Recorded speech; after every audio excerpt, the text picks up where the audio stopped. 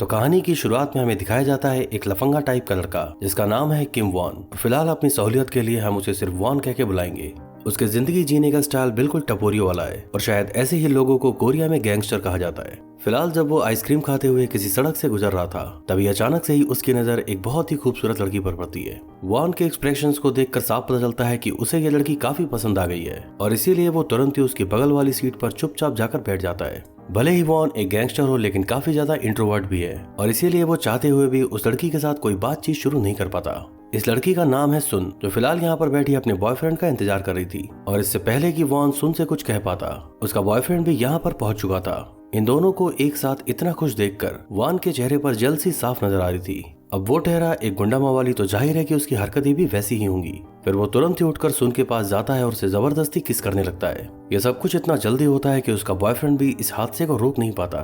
खैर अब जो हो गया वो पलटा तो नहीं जा सकता, लेकिन सुन का बॉयफ्रेंड उस पर दबाव बनाता है कि वो अपनी गलती के लिए उससे माफी मांगे। वॉन को देखकर तो ऐसा बिल्कुल भी नहीं लगता कि उसे अपनी गलती का कोई एहसास है और इसीलिए जब वो सुन को बिना सॉरी बोले यहाँ से जाने लगता है तभी अचानक से कुछ आर्मी वाले जो उस भीड़ में शामिल थे वॉन को पकड़कर उसे धमकाने लगते हैं कि वो तुरंत ही अपनी गलती के लिए सुन से माफी मांगे। लेकिन यह आदमी कुछ ज्यादा ही ढीठ था और इसीलिए वो अभी भी अपनी गलती मानने के बजाय और आर्मी वालों से ही लड़ने लगता है। फिर कुछ ही देर में ये सोल्जर्स उसकी सारी कलाकारी निकाल देते हैं और उसकी अच्छे से कुटाई करने के बाद उसे पूरी तरह से अपने कब्जे में ले लेते हैं। लेकिन अभी भी यह आदमी सुन से माफी नहीं मांगना चाहता। तो आखिर में सुन गुस्से से उसके मुंह पर थूकते हुए कहती है कि तुम जैसे लोग इस समाज में काला धब्बा हो। इसके बाद जब वो अपने बॉयफ्रेंड के साथ यहाँ से जाने लगती है तो अभी भी वॉन अपनी पलक झपकाए बिना एक टक उसको घूरे ही जा रहा था। खैर उन दोनों को यहाँ से जाने के बाद अब वॉन को भी छोड़ दिया जाता है, जिसके बाद वो अपनी पिटी हुई शक्ल लेकर अपने घर वापस पहुंचता है जहाँ उसके दो और लफंगे दोस्त उसका पहले से इंतजार कर रहे थे। ये दोनों लड़के उसके दोस्त होने के साथ साथ उसके बिजनेस पार्टनर भी हैं। इनमें से एक लड़के का नाम है यूनताई और दूसरे का नाम है रॉनी। अगले दिन वॉन फिर से उसी जगह पर जाकर बैठ जाता है जहां उसने कल सुन को देखा था।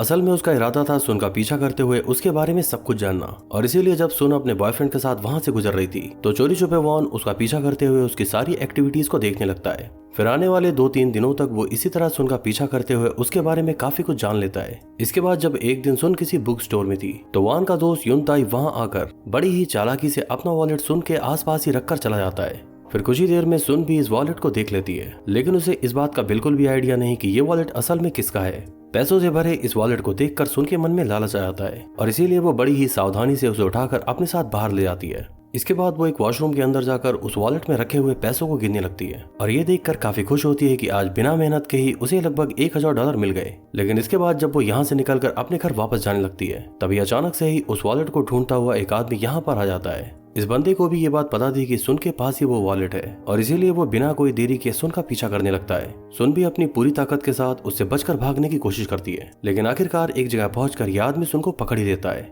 अपने आप को उससे बचाने के लिए सुन उस वॉलेट के साथ साथ उसके सारे पैसे भी उसे वापस दे देती है, लेकिन यह आदमी कहता है कि इसमें लगभग $10,000 कैश था और साथ ही साथ इसमें एक $15,000 का चेक भी रखा हुआ था। सुन कहती है कि मुझे इन चीजों के बारे में कुछ भी नहीं पता और मुझे इसके अंदर जो भी मिला था मैंने वो सब कुछ तुम्हें लौटा दिया है। सुन के काफी समझाने के बाद भी यह आदमी उसकी कोई बात नहीं मानता और फिलहाल सुन के अंदर इतनी हिम्मत भी नहीं बची थी कि वो इस आदमी से बचकर यहाँ से भाग पाए। यह आदमी उसे धमकी देता है कि अगर तुमने मेरे सारे पैसे नहीं लौटाए तो मैं तुम्हें पुलिस स्टेशन लेके चलूंगा और यही एक बात थी जिसकी वजह से सुन काफी ज्यादा डर जाती है। सुन कहती है कि तुम्हें देने के लिए मेरे पास $100 भी नहीं है, तो बताओ आखिरकार मैं इतने सारे पैसे कैसे चुकाऊंगी। यह आदमी कहता है कि तुम कहीं से लोन लेकर भी मेरा पैसा चुका सकती हो। सुन कहती है कि मेरे पास तो कोई प्रॉपर्टी भी नहीं है तो मुझे कोई लोन क्यों देगा। यह आदमी कहता है कि मैं कुछ ऐसे लोगों को जानता हूँ जो बिना किसी प्रॉपर्टी के भी तुम्हें लोन दे सकते हैं। फिलहाल सुन बहुत बुरी तरह से फंस चुकी थी और वो किसी भी तरह इस आदमी से अपना पीछा छुड़ाना चाहती है, तो इसीलिए इसकी बात मानकर उन लोगों से लोन लेने के लिए उनके अड्डे पर पहुंच जाती है। सुन को उस आदमी को देने के लिए जितने भी पैसे चाहिए थे ये लोग उसे दे देते हैं, लेकिन बदले में ये लोग सुन से एक कॉन्ट्रैक्ट पेपर भी साइन करवाते हैं। इसके अंदर लिखा था कि अगर 7 दिनों के अंदर सुन इन लोगों को पैसे नहीं लौटा पाई तो सुन की बॉडी के ऊपर इन लोगों का ही हक होगा और फिर ये लोग जैसे चाहें उसे वैसे इस्तेमाल कर सकते हैं। खैर जरा से लालच के चक्कर में सुन यहाँ बहुत बुरी तरह से फंस चुकी थी और फिर अगले सीन में वॉन और उसके दोस्तों को देखकर हमें पता चलता है कि ये सब कुछ असल में वॉन का ही प्लान किया हुआ था। सुन को अपने जाल में फंसाने के लिए ही वॉन ने ये पूरी साजिश रची थी, यानी कि अब आने वाले दिन सुन के लिए काफी बुरे होने वाले हैं। यहाँ हमें पता चलता है कि वान अपने दोनों दोस्तों के साथ मिलकर एक ब्रॉथल यानी कि वेश्या घर चलाता है। इन लोगों का काम होता है नई नई लड़कियों को पकड़ कर लाना और साथ ही साथ पुलिस वालों को पैसा खिलाकर उन्हें अपने धंधे से दूर रखना। सुन को लोन देने वाली वो गैंग भी इन लोगों के साथ ही मिली हुई थी। इसके बाद हमें दिखाया जाता है कि 7 दिन बीत चुका है और सुन अभी भी अपने पैसे नहीं चुका पाई। तो आखिरकार उस लोन गैंग का एक आदमी सुन के ऊपर पैसे देने का दबाव बनाने लगता है। उसे भी ये बात पता थी कि सुन पैसे नहीं चुका पाएगी और इसीलिए जब उससे बचने के लिए सुन यहाँ से भागने की कोशिश करती है तो वो आदमी उसे पकड़कर अपनी कार के अंदर ही उसके साथ जबरदस्ती करने की कोशिश करने लगता है। वान भी अपने दोस्तों के साथ यहाँ आसपास ही था तो वो तुरंत ही अपने दोनों दोस्तों को वहाँ भेजकर उसकी बहुत बुरी तरह से पिटाई करवाता है। यानी कि उस आदमी का सुन के साथ जबरदस्ती करना इनके प्लान में शामिल नहीं था। इसके बाद वो दोनों आदमी सुन को अपने साथ लेकर अपने उस एरिया में आते हैं जहाँ पर इन लोगों का प्रोस्टिट्यूशन का वो धंधा चला करता है। इस बिजनेस को चलाने वाली मेन लेडी के पास सुन को छोड़ दिया जाता है। यानी कि अब यही औरत डिसाइड करेगी कि सुन से कब और किस तरह से काम लेना है। ये लेडी सुन से उसके बारे में कुछ सवाल पूछती है लेकिन वो इसका कोई भी जवाब नहीं देती, जिस वजह से सुन को उसके हाथों मार भी खानी पड़ती है और इसीलिए अब वो उसकी बात मानकर चुपचाप उसके साथ कोऑपरेट करने लगी थी। इसके बाद ये औरत सुन को सजाने और उसको और भी ज्यादा आकर्षक बनाने के लिए उसके लिए काफी सारी शॉपिंग करती है। फिर शाम तक सुन को भी सजा धजा के उसे भी एक डिस्प्ले हाउस में बैठा दिया जाता है। असल में ये पूरा का पूरा एरिया ही प्रोस्टिट्यूशन से भरा पड़ा है और डिस्प्ले हाउस कुछ ऐसी दुकानें हैं जहाँ पर लड़कियों को नुमाइश की तरह सजा के रखा जाता है। कुछ ही देर बाद यहाँ से गुजरने वाले एक आदमी को सुन काफी पसंद आती है और फिर वो अच्छे खासे पैसे चुकाकर कुछ घंटों के लिए उसे बुक कर लेता है। लेकिन सुन से तो ये सब कुछ जबरदस्ती करवाया जा रहा था तो जाहिर है कि वो इस अनजाने आदमी के साथ बिल्कुल भी कंफर्टेबल नहीं हो पाती। ये आदमी काफी जंगली था तो अपनी तरफ से तो पूरी कोशिश करता है लेकिन लड़की की मंजूरी के बिना उसे काफी ज्यादा स्ट्रगल करना पड़ रहा था। इसी कमरे के अंदर एक मिरर लगा हुआ था जिसके पीछे की साइड से इस कमरे के अंदर का नजर आता है और हम देखते हैं कि वान इस मिरर के पीछे से ये सब कुछ होता हुआ देख रहा है। लेकिन रूम के अंदर के लोगों को इस मिरर के पीछे का कुछ भी नजर नहीं आता। इन दोनों के बीच चल रही काफी ज्यादा स्ट्रगल को देखने के बाद वान अपने एक दोस्त को भेजकर उस आदमी को रुकने के लिए कहता है लेकिन ये जंगली अभी भी मानने को तैयार नहीं था। तो आखिरकार वान के दोस्त के हाथों उसे मार खाकर ही जाना पड़ता है। इस चकले की मालकिन सुन से कहती है कि तुम्हें भी पता है कि तुम यहाँ से बचकर नहीं जा सकती, इसलिए बेहतर होगा कि बिना कोई बखेड़ा किए चुपचाप इस धंधे में हमारा साथ दो। सुन उसे बताती है कि वो आज तक कभी भी किसी के साथ इंटीमेट नहीं हुई और उसका ऐसा सपना था कि वो जिंदगी में पहली बार अपने बॉयफ्रेंड के साथ ही इंटीमेट होगी। तो कुल मिलाकर बात यह है कि अगर ये लोग सुन की ये इच्छा पूरी कर दें तो काफी चांसेस है कि वो आगे से इन लोगों के साथ कोऑपरेट करने लगेगी। इसके बाद तुरंत ही वान और उसके दोस्त सुन के बॉयफ्रेंड को किडनैप करके यहाँ पर ले आते हैं। उस लड़के को कार में अकेला छोड़ दिया जाता है जहाँ उसे बिल्कुल भी समझ नहीं आ रहा कि आखिर ये सब चल क्या रहा है। फिर कुछ ही देर में सुन उससे मिलने के लिए वहाँ पहुँचती है। वो सुन को देखते ही उससे काफी सारे सवाल करने लगता है लेकिन ये लड़की बिना कोई समय गवाए उसके करीब आने की कोशिश करती है। अब फिलहाल तो इस लड़के की इतनी फटी पड़ी थी कि इतनी आसानी से तो मौसम बनने वाला है नहीं, लेकिन फिर जब धीरे धीरे सूरज छाने लगता है तो वहीं हम देख पाते हैं कि वान भी अपने दोस्तों के साथ बैठा ये सब कुछ देख रहा था। इन दोनों को इतने करीब देखकर उसे अचानक से ही जलन होने लगती है और इसीलिए वो अपने दोस्तों से कहकर सुन को वहाँ से हटवा देता है। फिर इसके बाद वो उसके बॉयफ्रेंड की काफी ज्यादा पिटाई भी करता है। यहाँ सबसे ज्यादा गौर करने वाली बात यह है कि यहाँ पहुँचने के बाद से लेकर आज तक सुन ने कभी भी वान को नहीं देखा और उसे इस बात का जरा भी अंदाजा नहीं कि यह सब कुछ उसी आदमी का किया धरा है। फिर अगले दिन इस चकले की मालकिन एक आदमी को सुन के साथ जबरदस्ती करने के लिए भेजती है और इस बार सुन की ये कोशिशें भी कोई काम नहीं आती और आखिरकार इन दोनों के बीच वो सब कुछ हो जाता है जिस काम के लिए सुन को यहाँ लाया गया था। फिर अगले सीन में हमें पता चलता है कि सुन को ड्राइंग करने का काफी शौक रहा है और इसीलिए वान उससे मिलकर उसे एक ड्राइंग बुक देता है। तो खैर यहाँ पर सुन को पता चल जाता है कि वान भी इसी जगह पर काम करता है लेकिन उसे ऐसा लगता है कि शायद ये सब कुछ महज एक इत्तेफाक है और उसका इन लोगों के बीच फंसने में वान का कोई हाथ नहीं। अगले सीन में हम वान को उसके दोस्तों के साथ बैठकर कुछ बातें करते हुए देखते हैं। वान का फ्रेंड रॉनी अब सुन को काफी पसंद करने लगा था। वो वान से कहता है कि ये लड़की मुझे बहुत ज्यादा पसंद है और मैं शुरू से ही एक ऐसी ही कॉलेज गर्ल को डेट करना चाहता था। इसके बाद एक सही मौका देखकर सुन से मिलने के लिए रॉनी उसके कमरे में पहुंच जाता है। कुछ इधर उधर की बातें करके वो सुन के साथ सिंपैथी दिखाता है और उसे काफी हद तक इम्प्रेस भी कर लेता है। इस जगह के नियमों के मुताबिक सुन को उसके साथ भी इंटीमेट होना पड़ता है। इन दोनों के बीच ये पूरा कार्यक्रम खत्म होने के बाद रॉनी उससे कहता है कि तुम्हारे यहाँ आने की मुझे खुशी भी है लेकिन बहुत ज्यादा दुख भी है। इसके बाद वो सुन को सब कुछ सच सच बता देता है कि किस तरह उसे वान के द्वारा यहाँ पर फंसाकर लाया गया था। जाहिर है कि ये सब कुछ जानने के बाद सुन को बहुत ज्यादा गुस्सा आता है। फिर इसके बाद वो वान के पास जाकर उसे ढेर सारे तमाचे मारते हुए याद दिलाती है कि वान जैसे लोग असल में इस समाज में काला धब्बा है। वान ये बात समझ चुका था कि ये सब कुछ रॉनी ने ही किया होगा और इसीलिए वो एक बैट उठाकर उसे मारने के लिए उसकी तरफ बढ़ता है, लेकिन फिर कुछ सोचकर वो रुक जाता है और रॉनी को जाने देता है। ये सब कुछ जानने के बाद सुन का दुख और गुस्सा अब और भी ज्यादा बढ़ चुका था।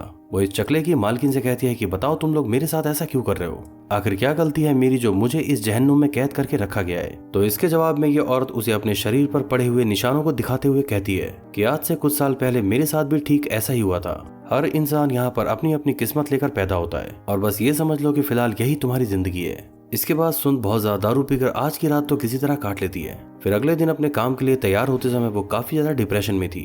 वो बहुत गौर से अपने आप को शीशे में देखते हुए अपनी इस हालत पर तरस खा रही थी और यहीं हम देख पाते हैं कि वॉन भी इस मिरर के दूसरी तरफ से सुन को देख रहा था। इससे एक बात तो पता चलती है कि वॉन भी सुन को पसंद करता है, लेकिन अब क्योंकि आदमी काफी ज्यादा साइको टाइप का है तो जाहिर है कि इसके तौर तरीके भी काफी हद तक पागलों वाले ही होंगे। इस ब्रोथेल हाउस में काम करने वाली एक लड़की वॉन से कहती है कि मुझे ऐसा डाउट है कि हमारे कमरे के अंदर कोई नजर रखता है। इसके बाद जब वॉन उसके कमरे में पहुंचकर वहां की तलाशी लेता है तो देखता है कि यहाँ पर किसी ने एक स्पाई कैमरा छुपा कर रखा हुआ था। खैर कुछ ही देर में इन लोगों को पता चल जाता है कि यह हरकत करने वाला कोई और नहीं बल्कि वॉन का दोस्त यून ताई है। इस हरकत के लिए उसे मार पीट कर यहाँ से भगा दिया जाता है। उसके जाने के बाद रॉनी वॉन को बताता है कि यून ताई के फादर को कैंसर हुआ है जिसके इलाज के लिए उसे काफी ज्यादा पैसों की जरूरत है और इसी वजह से वो चोरी छुपे उन लड़कियों के वीडियो बनाकर उन्हें बेचना चाहता था ताकि उससे मिले पैसों से अपनी बाप की जान बचा सके। इसके बाद वॉन यून ताई से मिलता है और उसे उसकी गलती के लिए माफ करने के साथ साथ वापस से काम पर भी रख लेता है। फिर अगले सीन में हमें दिखाया जाता है कि यंग एंड ब्यूटीफुल होने की वजह से इस कोरियन जीबी रोड के अंदर सुन का जलवा अब पूरी तरह से छा चुका है, जिस वजह से बाकी लड़कियों के पास अब कस्टमर की कमी होने लगी है और इसी बात का फ्रस्ट्रेशन निकालने के लिए वो लोग बिना वजह ही सुन के साथ झगड़ा करते हुए उसे काफी परेशान करते हैं। इसके बाद दिखाया जाता है कि रॉनी अब काफी हद तक सुन के प्यार में डूब चुका है और अपनी इन्हीं फीलिंग्स का वो दोनों दोस्तों के सामने इजहार करते हुए कहता है कि अगर सब कुछ ठीक रहा तो वो बहुत जल्द सुन से शादी करके सेटल हो जाएगा। और फिर सेम यही बात वो सुन से भी जाकर कहता है। सुन कहती है कि मुझे तुम्हारे प्यार पर बिल्कुल भी यकीन नहीं, क्योंकि अगर तुम मुझे सच में प्यार करते होते तो मुझे जल्द से जल्द इस गंदगी से बाहर निकालने की कोशिश करते। रॉनी के दिमाग में काफी हद तक ये बात जज जाती है और इसीलिए फिर वो सुन की मदद करते हुए उसे इस जगह से बाहर निकाल भी देता है। लेकिन अफसोस की बात यह है कि वान को इस पूरी प्लानिंग के बारे में पहले ही पता चल चुका था और इसीलिए फिर जब सुन वहां से निकलकर अपने घर पहुंचती है तो बाहर से ही वान उसे फिर से उठा लेता है। लेकिन फिलहाल वो उसे उस ब्रोथेल हाउस में वापस लेकर नहीं जाता, बल्कि कुछ घंटों की ड्राइविंग के बाद ये दोनों किसी बीच पर पहुंचते हैं। यहाँ दिखाया जाता है कि वान अपने इमेजिनेशन में रेड कलर की ड्रेस पहनी किसी लड़की को देख रहा है, मतलब कि ये लड़की सच में यहाँ मौजूद नहीं थी बल्कि सिर्फ और सिर्फ वान की कल्पनाओं में है। इसके बाद वो सुन को अपने साथ इस बीच के किसी खास स्पॉट पर लेके जाता है। कुछ देर तक ये दोनों लोग चुपचाप वहां पर बैठे रहते हैं। यहीं पर सुन को किसी फटी हुई फोटो के कुछ टुकड़े नजर आते हैं तो वो जल्दी से इन टुकड़ों को उठाकर अपने पास रख लेती है। वो वान से रिक्वेस्ट करती है कि वो उसे जाने दे, लेकिन फिर भी वो सुन को जबरदस्ती अपने साथ उसी ब्रोथेल हाउस में ले आता है। फिर आज की रात जब सुन अपने कमरे में लेटी हुई थी तभी अचानक से वान यहाँ पर आकर उसके बगल में लेट जाता है। वो उससे बिना कोई बात किए बस फूट फूट कर रोने लगता है और ऐसे ही रोते हुए वो आज की रात यहीं पर सो जाता है। इस एरिया का एक बहुत बड़ा बदमाश जो पिछले काफी सालों से जेल में था अब जेल से छूटकर बाहर आ चुका है। जाहिर है कि इस एरिया में आते ही उसे सुन के बारे में पता लग चुका था और इसीलिए वो अपनी दादागिरी दिखाते हुए आज उसी के साथ इंटीमेट होना चाहता था। लेकिन जब वॉन को ये बात पता चलती है तो वो सही समय पर अपने दोस्त को भेजकर उसे ऐसा करने से रोक देता है। इस बात पर इस गुंडे का एक राइट हैंड काफी ज्यादा उतावला हो जाता है और इसी कहासुनी के दौरान वो वॉन के ऊपर काफी बुरी तरह से हमला करने लगता है। फिर किसी तरह से अपने आप को संभाल कर वॉन उसे मार मार कर बहुत बुरी तरह से घायल कर देता है। वॉन के गुस्से को देखकर फिलहाल तो ये बदमाश डर चुका था और इसीलिए ऊपरी तौर पर तो इस बात को खत्म करके यहाँ से जाने लगता है, लेकिन असल में तो उसके दिमाग में वॉन से बदला लेने का पूरा प्लान चल रहा था। फिर वो वॉन को खत्म करने के लिए अपने एक आदमी को यहाँ पर भेजता है। इस बंदे के पास किसी भी तरह का हथियार नहीं बल्कि एक मिरर था और इसी चीज को एक वेपन की तरह इस्तेमाल करते हुए ये इस मिरर को ही वॉन के अंदर घुसेड़ देता है, जिससे वॉन अब काफी बुरी तरह से घायल हो चुका था और शायद वो कुछ घंटों के अंदर मर भी जाता। लेकिन सही समय पर उसे मेडिकल हेल्प मिल जाती है जिस वजह से फिलहाल उसकी जान बच पाई। इसके कुछ दिनों बाद दिखाया जाता है कि जब पुलिस का एक आदमी इस एरिया में हफ्ता लेने के लिए आया था तो वो यून ताई का मजाक उड़ाते हुए उसके लिए काफी गंदे शब्दों का प्रयोग करता है। यून ताई तो काफी पहले से ही पुलिस वालों से नफरत करता था और आज की इस घटना ने तो उसका गुस्सा और भी ज्यादा बढ़ा दिया। इसीलिए वो आज रात ही उस पुलिस वाले के घर में घुसकर उसकी हत्या कर देता है। वान को जब इस बारे में पता चलता है तो उसे बहुत गुस्सा आता है। वो सोचता है कि अगर यून ताई जेल चला गया तो उसका पूरा परिवार बर्बाद हो जाएगा और इसीलिए वो उस पुलिस ऑफिसर के मर्डर का इल्जाम अपने ऊपर लेकर खुद ही जेल चला जाता है। वान पहले भी अटेम्प्ट टू मर्डर के केस में जेल जा चुका है तो जाहिर है कि एक पुलिस वाले को मारने के जुर्म में इस बार तो उसे फांसी ही होगी। सुन को इस बारे में जब पता चलता है तो उसे काफी दुख होता है। भले ही वो वान की हरकतों के लिए उससे नफरत करती हो, लेकिन पिछले कुछ दिनों से उसे वान के साथ सिंपैथी होने लगी थी। फिलहाल वो किसी भी हाल में वान से मिलना चाहती थी तो यून ताई उसे अपने साथ लेकर जेल पहुंचता है। यहाँ वान से मिलकर वो उसे काफी भला बुरा कहती है और उससे कहती है कि तुम्हारी वजह से मेरी जिंदगी खराब हुई है तो तुम यहाँ इतनी आसानी से मर नहीं सकते। तुम्हें इस जेल से बाहर निकलकर अपने द्वारा किए गए पापों का प्रायश्चित करना होगा। वो उस पर जोर जोर से चिल्लाते हुए कहती है कि तुम्हें यहाँ से बाहर निकलना होगा, लेकिन वान जैसे ढीठ आदमी पर उसकी बात का कुछ खास असर नहीं पड़ता।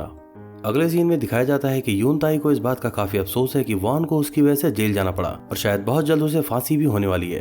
उसको बचाने के लिए यून ताई एक प्लान बनाता है और इसके तहत वो एक पुलिस वाले की बहुत बुरी तरह से पिटाई करता है ताकि इसी बहाने यून ताई को भी उस जेल में भेजा जा सके जहां अभी से कुछ दिनों बाद ही वान को फांसी होने वाली है। उसका ये प्लान काफी हद तक काम कर जाता है और फिर यून ताई की भी उसी जेल में पहुंचकर वान से मुलाकात भी हो जाती है। इसके बाद दिखाया जाता है कि जब वान को फांसी होने में सिर्फ एक ही दिन बचा था तो यून ताई अपने साथ के कैदियों के साथ मारपीट करके उस जेल में हंगामा खड़ा कर देता है। एक पुलिस वाला जब उसे छुड़ाने के लिए वहां पर आता है तो धोखे से वो उस पुलिस वाले को अंदर बंद करके वहां से बाहर आ जाता है। वो पुलिस वालों के सामने जोर जोर से चिल्लाते हुए अपना गुनाह कबूल कर लेता है और साथ ही साथ वान को बचाने के लिए एक सरकारी वकील बुलाने को कहता है। तो कुल मिलाकर यून ताई की इस बहादुरी की वजह से वान की फांसी की सजा टल चुकी थी और फिर कुछ ही दिनों के अंदर उसे जेल से भी छोड़ दिया जाता है। इसके बाद वो फिर से सीधा अपने उसी पुराने अड्डे यानी कि ब्रोथेल हाउस में पहुंच जाता है। उस मिरर के पीछे वो छुप कर देख रहा था कि सुन अब किसी भी कस्टमर को अपने पास आने नहीं देती। इसके बाद जब सुन अपने आप को उस मिरर में बहुत ध्यान से देखने लगती है तभी अचानक से उसके पीछे खड़ा हुआ वान अचानक से लाइटर जलाता है और आज कहीं जाकर सुन को भी इस मिरर की असलियत के बारे में पता लग चुका था। वो समझ जाती है कि वान अक्सर इस मिरर के पीछे छुपकर उसे देखा करता था। वो इस चीज़ को तोड़ देती है और इस तरह से इन दोनों की एक बार फिर से मुलाकात होती है। वान को यहाँ जिंदा देखकर सुन काफी खुश थी लेकिन अभी भी उसने वान से नफरत करना नहीं छोड़ा है और इसीलिए वो उस पर चिल्लाते हुए उसे जोर जोर से थप्पड़ मारने लगती है। वान उसे अपनी तरफ खींचकर गले लगा लेता है और फिर वो जोर जोर से रोने लगती है। तो अब आखिरकार वान को अपनी गलतियों का एहसास हो चुका था और इसीलिए अब वक्त आ चुका है कि वो सुन को इस जहन्नुम से आजाद करे। वान उसे अपने साथ लेकर उसी जगह पर जाता है जहाँ उसने सुन को पहली बार देखा था।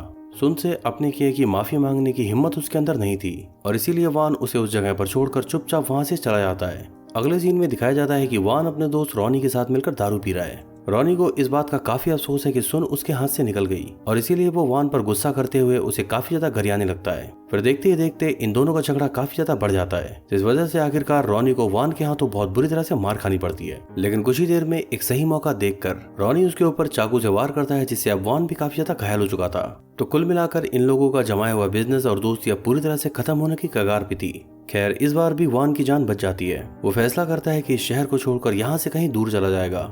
यहीं दूसरी तरफ दिखाया जाता है कि सुन ने उस बीच से फटी हुई फोटो के जो टुकड़े उठाए थे उस तस्वीर को पूरा करने के लिए उसे अभी भी बचे हुए 2 टुकड़ों की जरूरत होगी और उसी चीज की तलाश में वो फिर से एक बार उसी बीच पर पहुंचकर ठीक उसी स्पॉट पर जाती है जहां वान उसे अपने साथ लेकर गया था। इसके बाद जब उन दोनों टुकड़ों को ढूंढकर वो इस पूरी तस्वीर को बनाती है तो इस पूरी घटना के पीछे की कहानी उसे काफी हद तक समझ आ जाती है। ये फोटो असल में वान और उसकी गर्लफ्रेंड की थी और कमाल की बात यह है कि वान की गर्लफ्रेंड हूबहू सुन के जैसी ही दिखती थी।